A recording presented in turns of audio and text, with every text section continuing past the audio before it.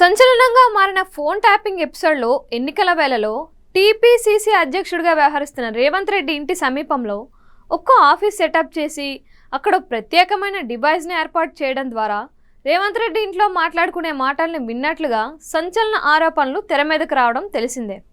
అదెలా సాధ్యం? దాని వెనుకున్న లాజిక్ ఏంటి? సెల్ ఫోన్ హ్యాక్ చేయకుండా ఇంట్లో ఉండే ఎలక్ట్రానిక్ డివైస్లతో హ్యాక్ చేయడం సాధ్యమేనా? అది ఎలా వర్క్ చేస్తుంది?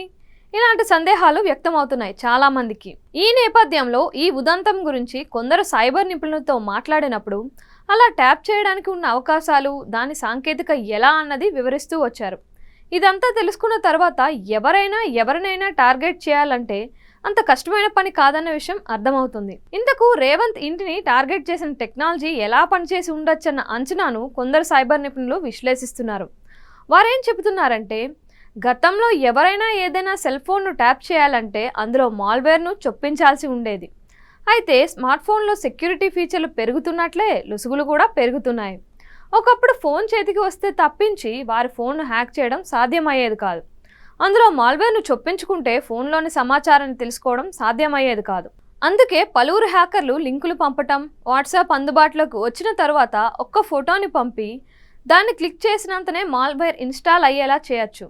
పెగసిస్ లాంటి స్పైవేర్లు వచ్చిన తర్వాత స్మార్ట్ ఫోన్ చేతికి రాకున్నా స్మార్ట్ ఫోన్ వాడే ఏదైనా నిత్యావసర యాప్లోని లొసుగుల్ని ఆధారంగా చేసుకొని మాల్వేర్ను ఇన్స్టాల్ చేయొచ్చని చెబుతున్నారు. తాజాగా వెలుగు చూసిన రేవంత్ ఇంటి వద్ద ఏర్పాటు చేసిన డివైస్ కూడా ఆ తరహాకు చెందిందే అయి ఉంటుందని అంచనా వేస్తున్నారు. రేవంత్ ఇంటికి సమీపంలో ఏర్పాటు చేసినట్లుగా చెప్పిన ఈ డివైస్ 300 మీటర్స్ పరిధిలో ఉండే నెట్ కనెక్టివిటీ ఉన్న ఎలక్ట్రానిక్ పరికరాలకి చొచ్చుకుని పోతుంది. పబ్లిక్ వైఫైలో ఉంటే హ్యాకర్లు కొన్ని పేలోడ్స్ ద్వారా మొబైల్ ఫోన్లు, ల్యాప్టాప్లలో చొరబడతారు.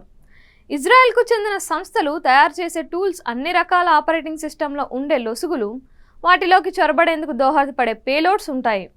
ఆపరేటింగ్ సిస్టమ్ అప్గ్రేడ్ అయినా, కొత్త వెర్షన్ వచ్చినా వెంటనే వాటి అప్డేట్స్ను ఇజ్రాయెల్ సంస్థలు అందజేస్తాయి. ఇప్పుడు వస్తున్న డివైజ్లు అన్నీ కూడా గ్రాఫిక్ యూజర్ ఇంటర్ఫేస్గా, యూజర్ ఫ్రెండ్లీగా ఉంటున్నాయని చెబుతున్నారు.